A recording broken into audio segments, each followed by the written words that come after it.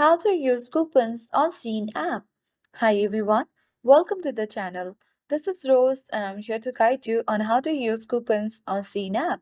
Watch the video till the end, and without further ado, let's dive right into the video.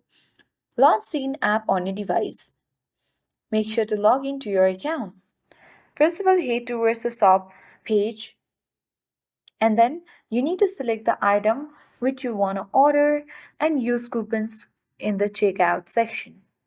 So simply, now you have to head towards the cart icon at bottom right corner, which is simply beside me section.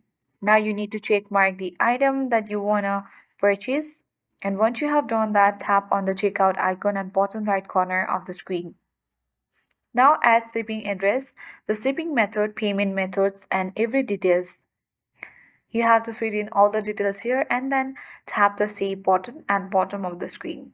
So once you are done with adding your address, the shipping methods, you have to enter your payment methods and you can see apply coupon icon. Simply you need to select apply coupon, and if you have any coupons you can easily apply coupon here and then tap on the apply button. Once you have done that, you can successfully use coupons on Shein applications and then purchase any item with the coupons on Shein app.